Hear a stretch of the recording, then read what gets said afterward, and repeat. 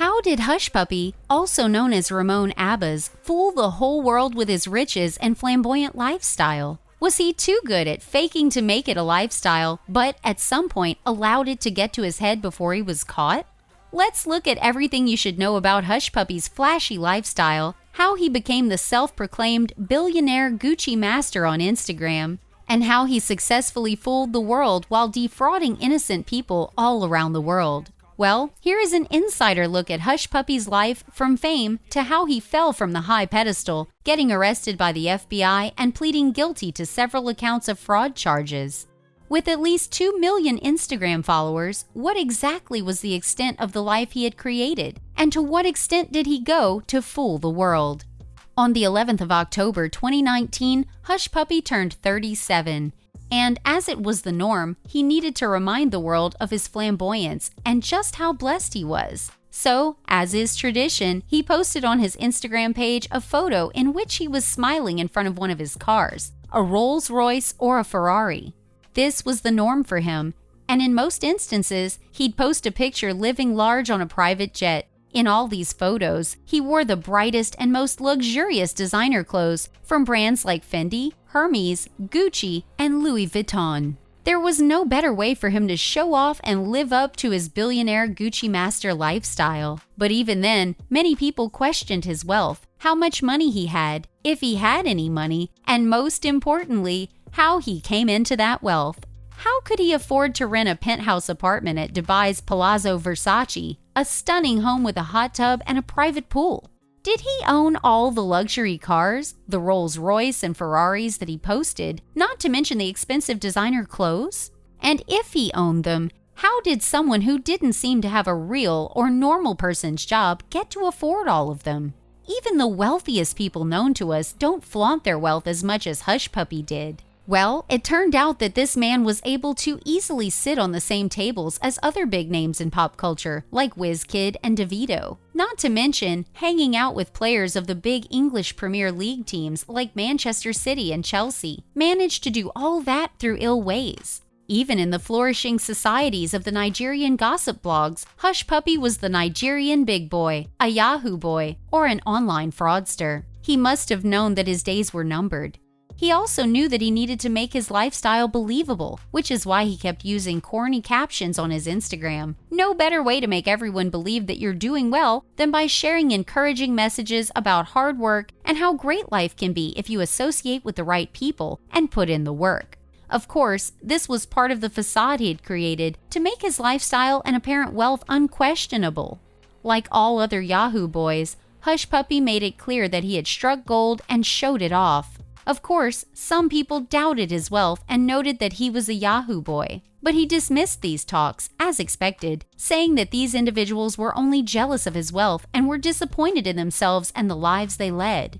Hence their determination to bring down a man he considered a self-made man who'd left them in the dust. But he could only make his lifestyle believable for too long. So on his 37th birthday, besides posting on Instagram that his new life was only getting better as he headed out to a party that was thrown in his honor at the Dubai Burberry store's VIP lounge, he also paused and acknowledged his fans who had supported him on his journey from his early days as a hustler who sold thrift clothes by the roadside to the rich influencer that he had become. He captioned the post, "As I'm turning 1 year older in my 30s, I want to celebrate all my fans and followers." Verbatim, the rest of the caption read, "Those of you who mostly I have never met, spoken to, or anything, but have been a strong supporter of me through every situation until this point and still riding for me, I want you to know wherever you are that I celebrate and appreciate you today, and today is our day." And as is always the case, many celebrities and blogs printed words of appreciation and congratulations to him. At the time, Abbas also gave a full, guided home tour of this Dubai home with Daddy Freeze, Nigeria's popular radio presenter who ran a show similar to MTV's infamous Cribs. As he showed off his expansive home, including the 4 jacuzzis, a sneaker and clothes collection, and a sauna, among other impressive features. He mentioned that his home cost him hundreds of thousands of dollars each year, and when they eventually sat down for dinner, they talked at length about religion, online haters, and family. But it was all a ruse. He went as far as to mention that he frequently donated to charity organizations, even if those were lies. And despite what he did in real life, he went as far as to mention his heart was pure and that he did a lot of good that doesn't get to the limelight. So as a result, he mentioned that because of all the good he did, he slept very well at night. But that was not all. He also mentioned how if something were to happen to him, he wouldn't worry much because he knew that he did good deeds and not because of the promise of money for things that he hadn't worked hard on or money he didn't deserve. Unbelievable, right? And as he went big on everything, flaunting his wealth at any chance, he attracted the attention of the people he didn't expect, the cops. His apparent downfall started 3 days after his big dinner with Big Freeze. He had another reason to celebrate. On October 15, 2019, the U.S. government alleges that his Chase bank account controlled in the U.S. received a wire transfer amounting to $922,857.76.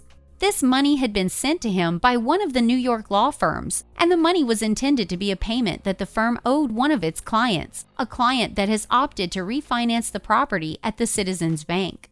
In this case, it was later identified that one of the paralegals in the firm, only identified as KC, had been emailed to confirm the bank details for the wire transfer. And then she received a fax that included the details of the Chase bank account that the payment was to be made to. And since things seemed to match, she initiated the wire transfer. The reality, however, is that the accounts didn't really match up. And not just that, but the firm's client did not send the phone call and the fax received by KC. But going by the court documents, they were sent by a third party, later confirmed to be Abbas and his team of fraudsters in a large online gambit, or more specifically, a BEC, business email compromise, attack. Abbas had been a big part of the BEC networks and attacks. Essentially, the BEC attack refers to an elusive online scam run by Abbas and many of his co-conspirators. Thanks to these attacks, they have executed attacks on systems and individuals worldwide. In this case, the money from the Chase bank account was transferred to the commercial Canadian Imperial Bank, while the rest was transferred to other bank accounts.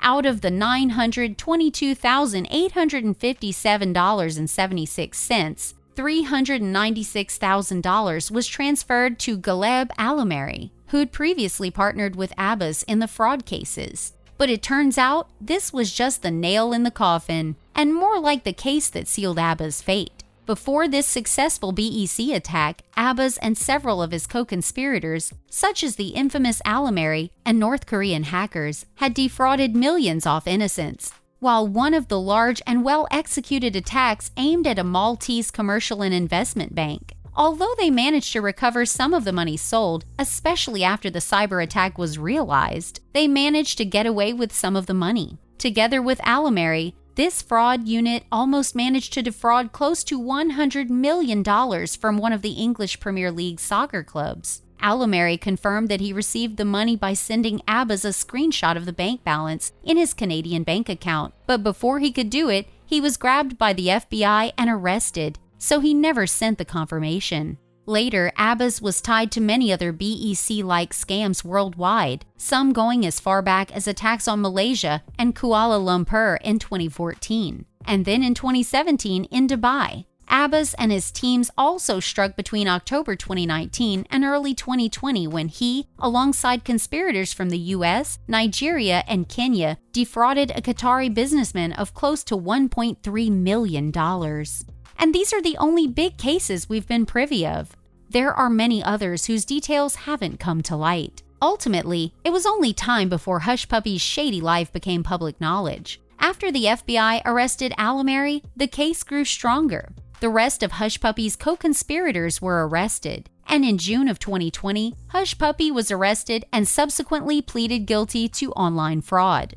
When this happened, the world was awash with the news, and everyone finally learned that he had been lying all that time. Even his attempts to change his Instagram bio to read real estate investor were not enough to fool anyone. And finally, everyone knew that he had been living a lie all along and that he never really worked a day in his life. He only lied about being an influencer for the designer brands. All the while, he was creating havoc and destroying lives by defrauding innocent people worldwide.